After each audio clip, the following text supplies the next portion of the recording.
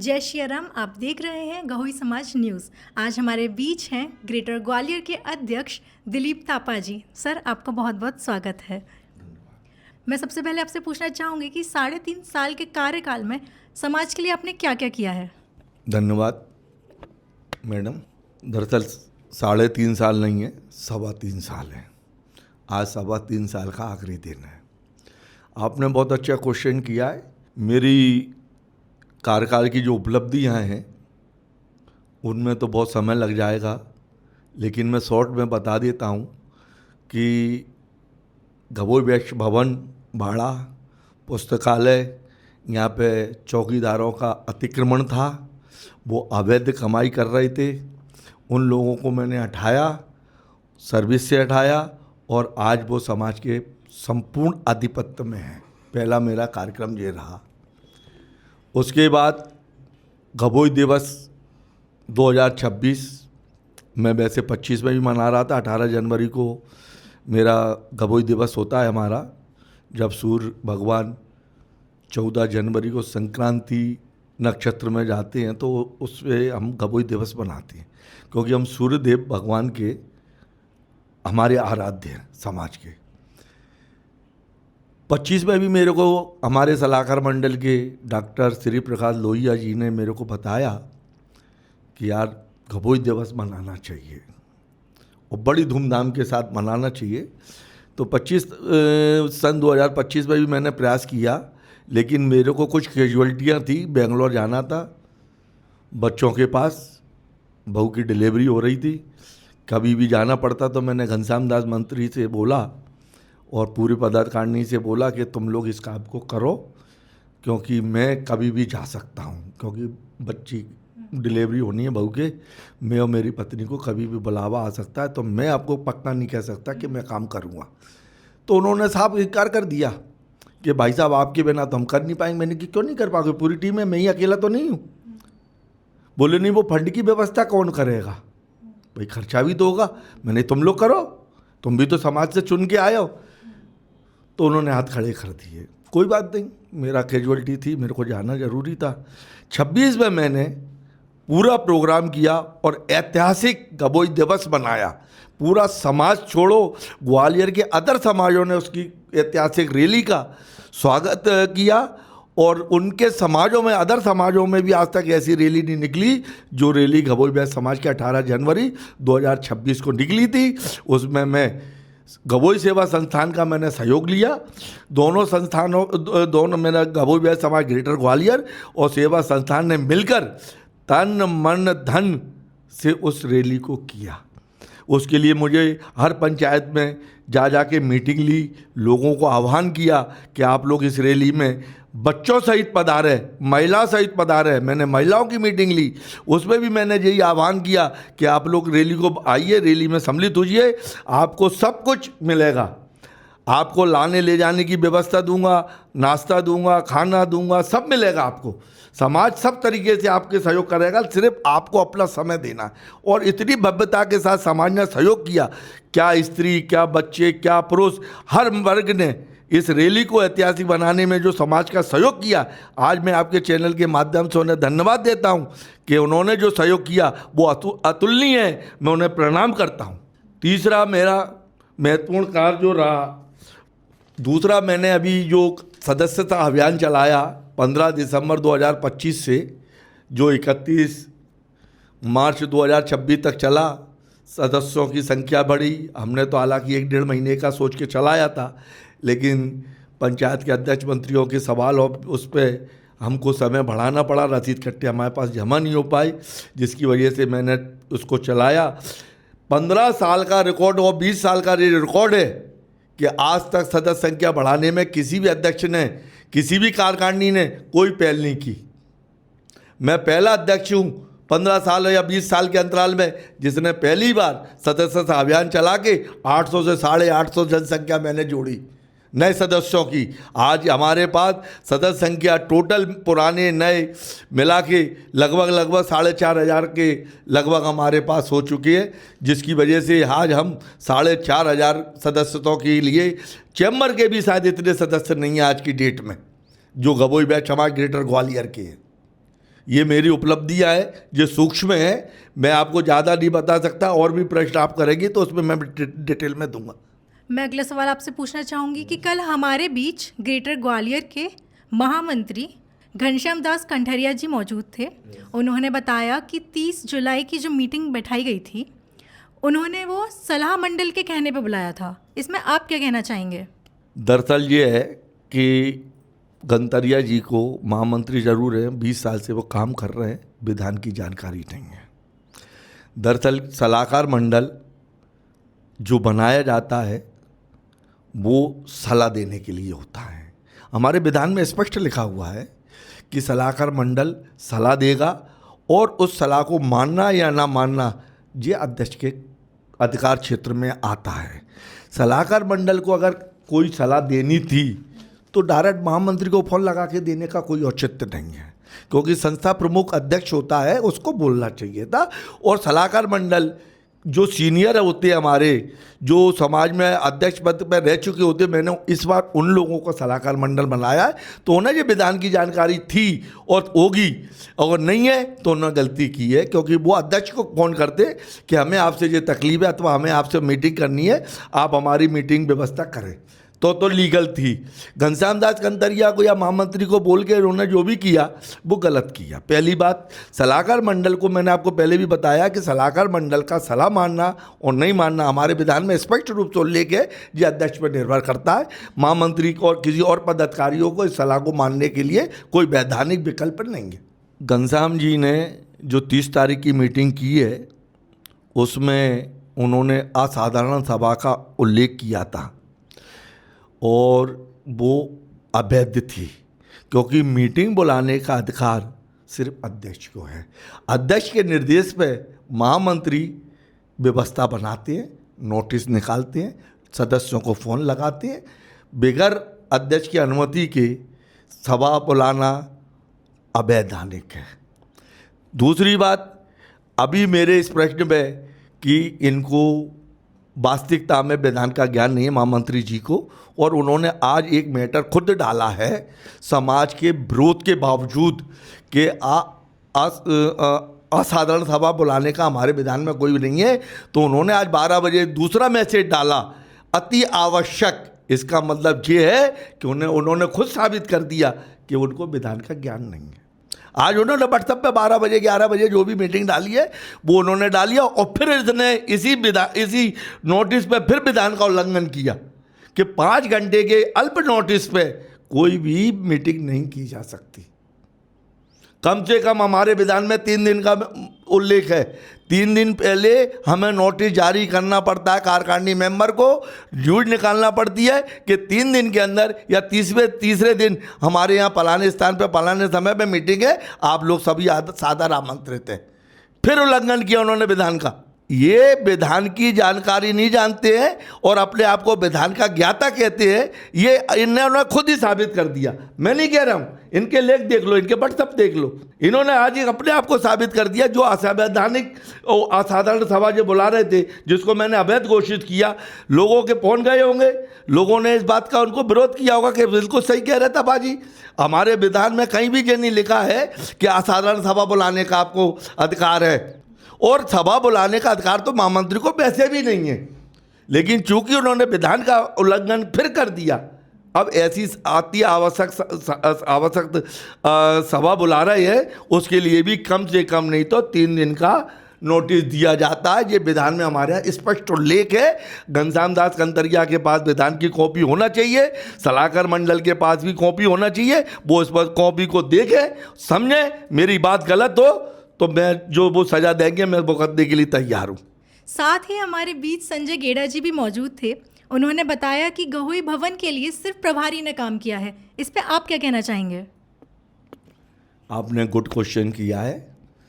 देखिए, संजय गेड़ा जी तो कुछ भी कह सकते हैं, वो प्रचार मंत्री रह चुके हैं ग्वालियर के भूतपूर्व, लेकिन उन्हें ये ज्ञान नहीं है या वो भूल गए हैं कि उनको जो प्रचार मंत्री बने थे उसमें दिलीप तपा का कितना महत्वपूर्ण हाथ था, वो शायद आज ये भूल गए हैं।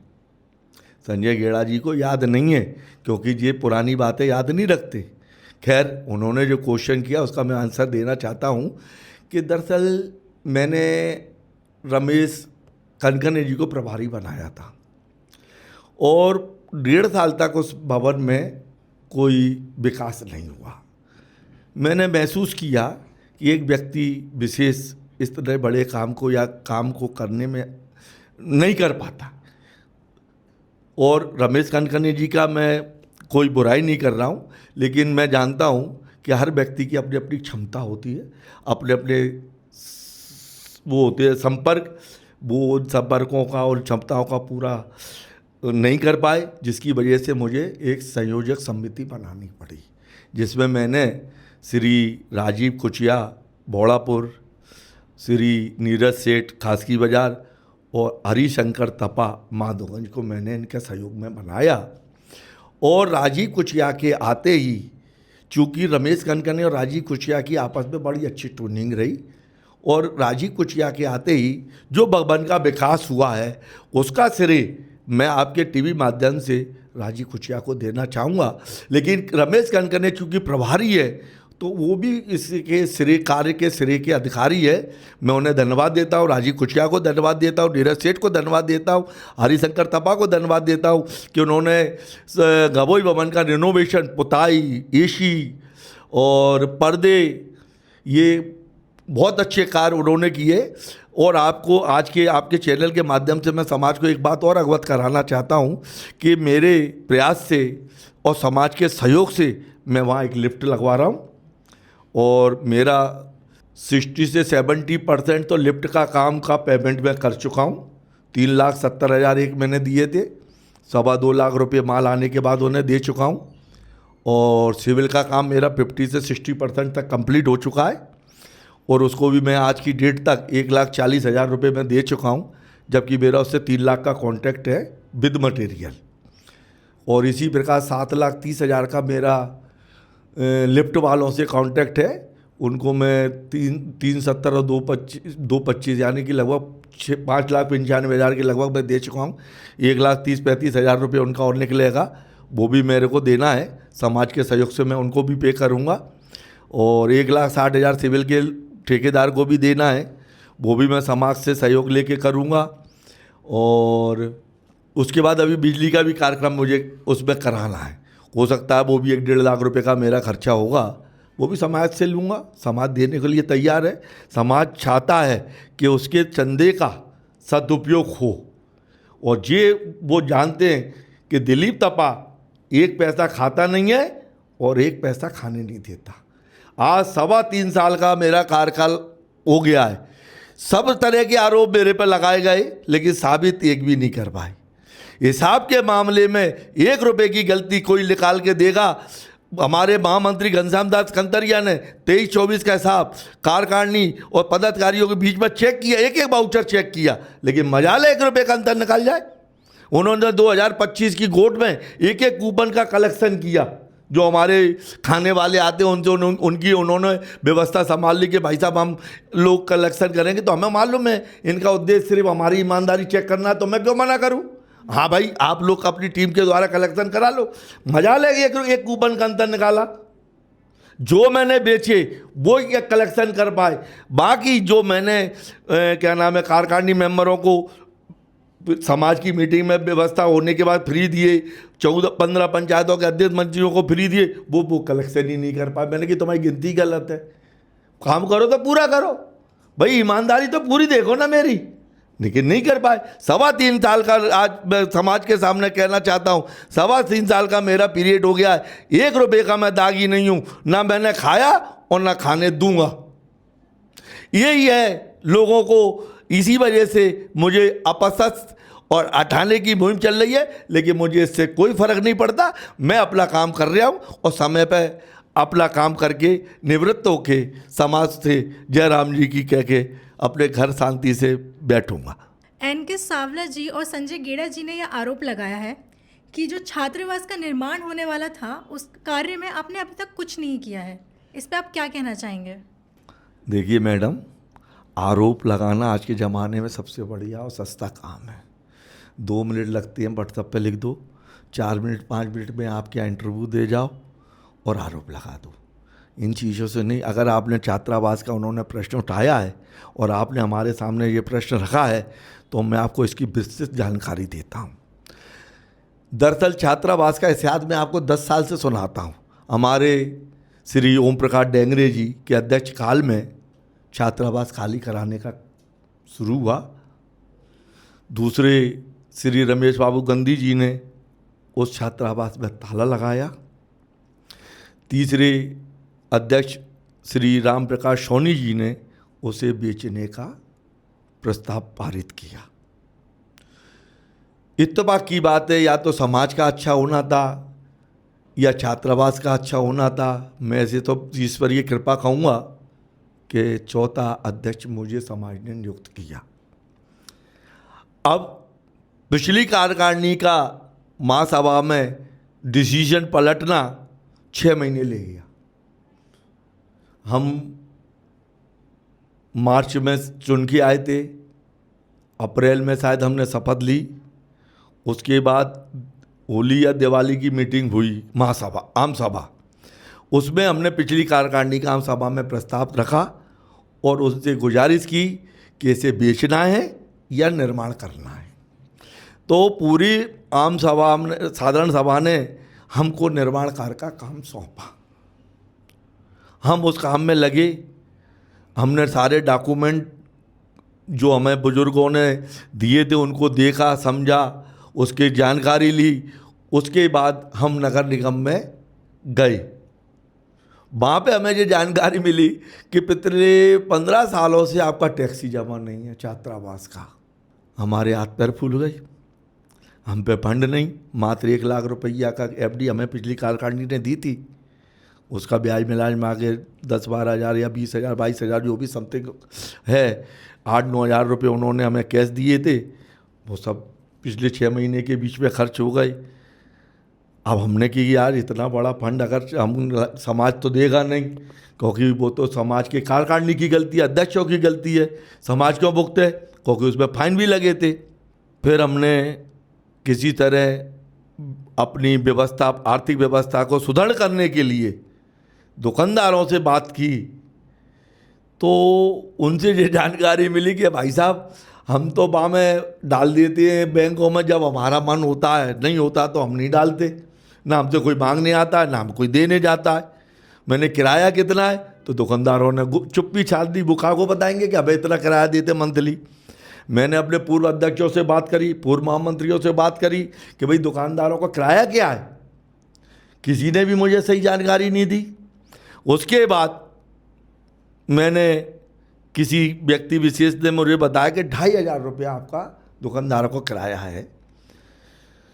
तो मैंने 7 साल के लगभग 2,500 रुपये से किराया वसूला, जो कि एक दुकानदार पे 2,10,000, 2,10,000 ने 4,20,000 होते हैं।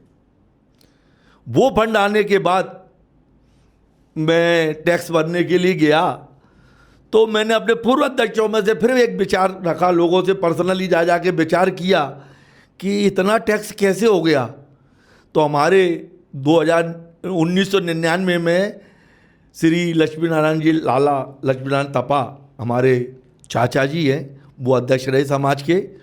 उन्होंने मुझे बताया कि बेटा अपना टैक्स तो मात्र 90 रुपये महीना सालाना भरते थे। मैंने कि इतना कैसे, आज तो हमसे जो 2,12,000 समथिंग मांग रहे हैं। बोले नहीं, अपना माफ था, क्योंकि अपन छात्रावास चलाते थे तो हमारा माफ था। तो मैंने कि लाला अब क्या करें जाए, कैसे मालूम पड़े। बोले तुम हमारे बस्ते खोलो, हमारे कार्यकाल के बस्ते खोलो। अब बस्ते का पता पड़ा, वो तो छात्रावास में बंद है। मैंने अपने महामंत्री महोदय से कहा कि जाओ बस्ता खोलो, तो वो महीने 2 महीने टरकाते रहे। हाँ भाई साहब करता हूँ, हाँ साहब करता हूँ, सबे मिलने दो, अकेला कैसे जाऊँ, कैसे करूँ। फिर मेरे को लगा कि जी अकेला नहीं कर सकता, तो मैंने अपने संयुक्त मंत्री और जो छात्रावास के प्रभारी रहे श्री मनीष लारिया जी से मैंने उनको आदेश दिया कि आप दोनों जने मिलके इस कार्य को करें। किसी की हेल्प लेना तो अपने चौकीदार वगैरह को ले जाएं। तो उन लोगों ने वहाँ पर छानबीन की तो मनीष लारिया के हाथ में वो एक कागज लग गया जिसमें हमारा 90 रुपये सालाना का टैक्स लगता था। वो हमारे श्री लक्ष्मीनारायण तपा के कार्यकाल का था। मैंने उसको लेकर नगर निगम में छानबीन करी तो वो क्लर्कों के पास नहीं बढ़ा, तो मैं बड़े बड़े कदम तू कदम, वो कहता भाई मेरे हाथ में नहीं है, वहाँ ऊपर जाओ और ऊपर जाओ और ऊपर जाओ।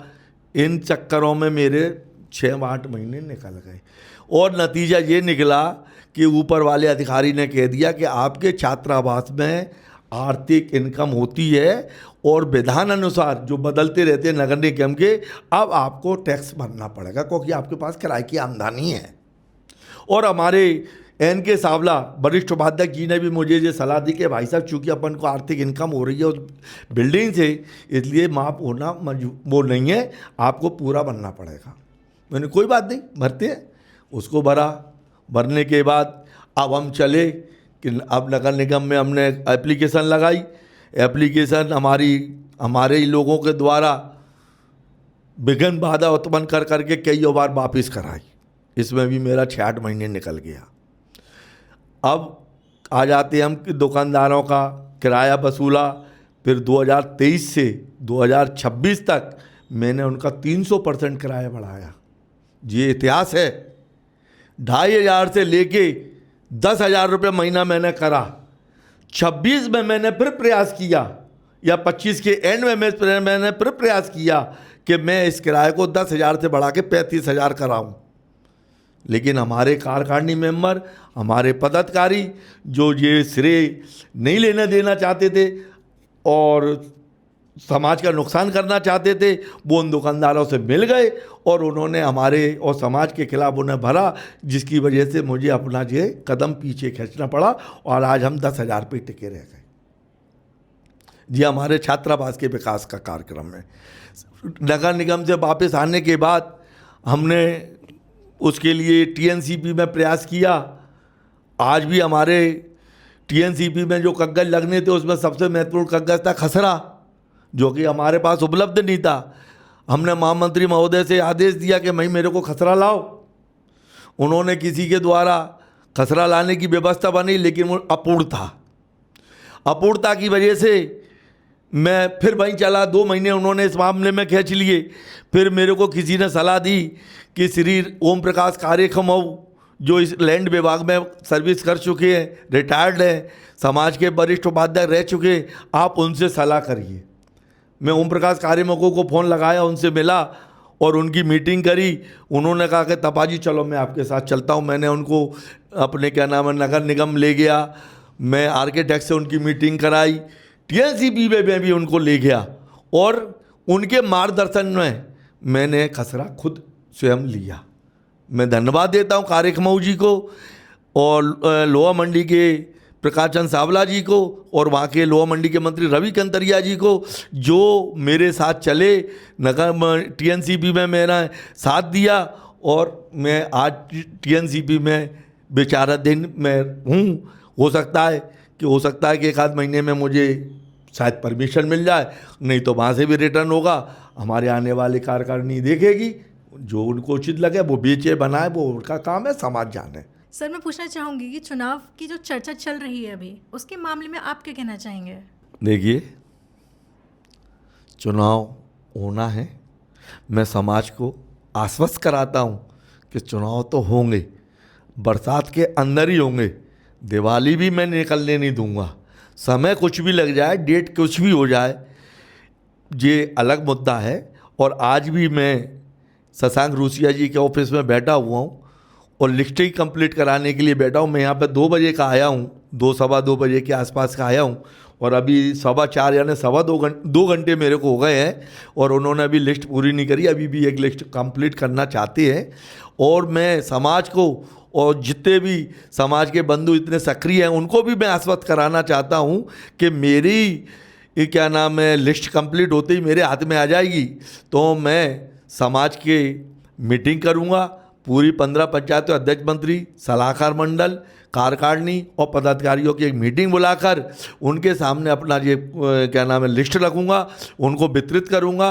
उनसे यही कहूँगा कि देखो भाई, इसमें लिस्ट में जो भी मिस्टेक है, प्रिंटिंग मिस्टेक तो होगी, किसी का मोबाइल नंबर नहीं होगा सही, किसी का पता सही नहीं होगा, किसी का फ़ोटो नहीं होगा, कोई एक्सपायर हो गया है उनके नाम काटना है। तो इस तरह के कार्यक्रम में मेरा समझता हूँ कि अगर मैंने 5 तारीख को मीटिंग करी अगस्त में, क्योंकि अभी मैं 3 तारीख से पहले तो कर नहीं सकता, और चूंकि 30 तारीख को ये लोग कर रहे हैं, इनका अपना उद्देश्य है, तो मैं अभी इनके बीच में पढ़ना नहीं चाहता। तो मैं 5 तारीख या 10 तारीख के बीच में एक मीटिंग बुला के 15 दिन का या 10 दिन का समय दे के अपने कार्यकारिणी मेंबर और 15 पंचायत अध्यक्ष मंत्रियों को कि आप तीनों जने मिलकर अपनी कार्यकारिणी के सहित इसको पूरी डिटेल सही चेक करें, और किसी प्रकार की कोई त्रुटि हो तो उसको मेरे पर लिखित में दें, जिससे मैं इसको संशोधन करा के, चूँकि संशोधन में इतना टाइम नहीं लगेगा ऐसा मेरा मानना है। हो सकता है कि अगस्त के लास्ट वीक में लगभग मैं उनको चुनाव अधिकारी को लिस्ट सौंप दूं, और वो अपने तरीके से फिर अपना चुनाव की डेट घोषित करें।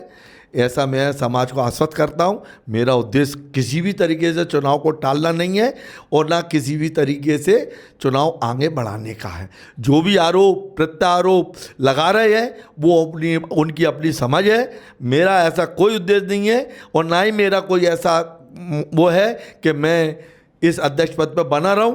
अगर मेरे को मन होगा, समाज के लोग सहयोग करेंगे और मुझे आश्वस्त करेंगे, तो हो सकता है मैं चुनाव जीत के फिर 3 साल के लिए आऊँ। मैं क्यों 3 महीने के लिए बनूँ? अगर मेरे को बनना है, समाज चाहता है कि दिलीप थापा समाज के मैं अध्यक्ष पद पर पुणे आए, तो वो उनकी इच्छा है, मेरी थोड़ी है। अगर वो मुझे कहेंगे मैं फिर बनूंगा, फिर चुनाव लड़ूंगा और 3 साल के लिए आऊँगा। मैं 3 महीने का कार्यकाल बढ़ा के कौन सा मोटा हो रहा हूँ? मेरे को तो जो प्रॉब्लम है वो प्रॉब्लम सॉल्व होनी चाहिए। अब 3 तारीख को मान के चलो, 3 अगस्त को हमारा मैत्री राष्ट्र कवि मैत्री सुंदर दिवस बनता है। अब कैसे बनाए?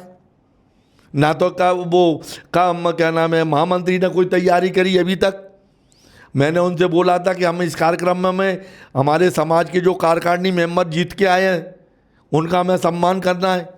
जो लोगों ने हमें लिफ्ट में दान दिया है उनका हमें सम्मान करना है। जो लोगों ने समाज को और तरीके से डोनेशन दिया है उनका सम्मान करना है। मेधावी छात्र छात्राओं का जो उच्च डिग्रियों में जैसे डॉक्टर इंजीनियर में सिलेक्ट हुआ, IAS IPS हुए, उनका सम्मान करना है। ना तो उनकी लिस्ट बनी, ना कार्यकारिणी मेंबरों ने चैम्बर के कार्यकारिणी की लिस्ट बनाई। हमें पता ही नहीं है कि क्या हो रहा है, और 3 तारीख को हम कैसे करेंगे? ना फंड इकट्ठा कर पाए। महामंत्री ने ये प्रस्ताव रखा था कार्यकारिणी मेंबर में कि अगर फंड की व्यवस्था अपन पर नहीं है तो अपन पूरी कार्यकारिणी और पदाधिकारी मिलके इस फंड को इकट्ठा कर लेते हैं, तो अपना 30-35 हज़ार हो जाएगा, तो अपना बड़े आराम से कार्यक्रम अपन संपन्न कर लेंगे। तो उसमें मेरे अध्यक्ष, कोषाध्यक्ष और संगठन मंत्री पवन मातेले, राजेश नीगरा और दिलीप थापा, 3 जनों के आज दिनांक तक पैसे आए हैं। ना महामंत्री ने अपना डोनेशन 2000 रुपये दिया, ना NK सावला ने अपने 2000 दिए, ना रमेश कनकने ने अपने 2000 दिए, ना किसी कार्यकारिणी मेंबर ने दिए। मैंने इन 3 आदमियों की एक कमेटी बनाई कलेक्शन के लिए कि आप घर घर जाइए। आज दिनांक तक उनकी ये रिपोर्ट है कि साहब कोई पैसा ही नहीं दे रहा, और महामंत्री जी ने आज तक ये रिपोर्ट नहीं ली उन कमेटी से या टीम से कि तुमने क्या किया, या उनका सहयोग करें, उनके साथ जाएं। घर घर पैसे ही नहीं मिलते उनको।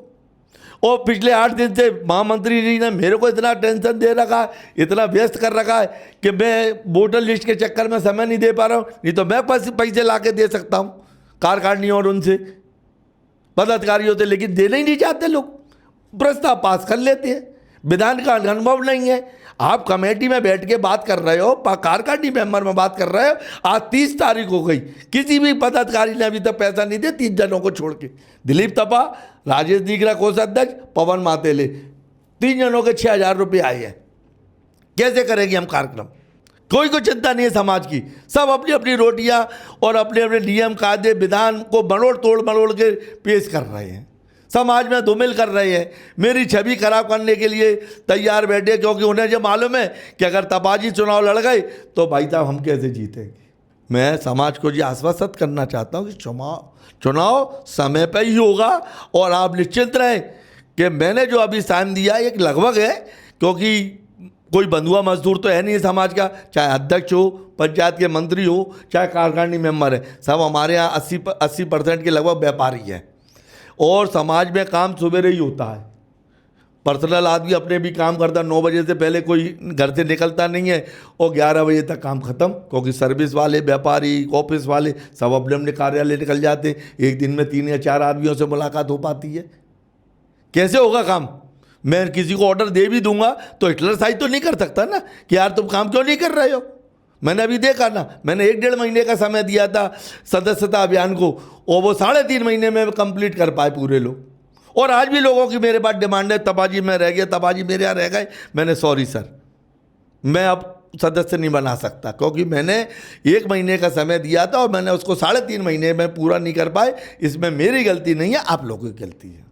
इसलिए मैं समाज को पुनः आश्वस्त करता हूँ, जिनको भी चुनाव लड़ना है वो अपनी तैयारी करें, और मैं चुनाव हर हालत में शीघ्र से शीघ्र करूँगा। क्योंकि मैंने अभी आपको पुनः फिर बता देता हूँ, अगर मेरे पास ये लिस्ट आज या कल तक पूरी होके मिल जाती है पूरी फाइल, तो मैं 5 तारीख के बाद और 10 तारीख के बीच में एक मीटिंग बुलाऊंगा। उसमें पंचायत के अध्यक्ष, मंत्री, कार्यकारिणी, पदाधिकारी और सलाहकार मंडल, उनके सामने मैं डिस्ट्रीब्यूशन कर दूंगा कि इसको चेक कर लें।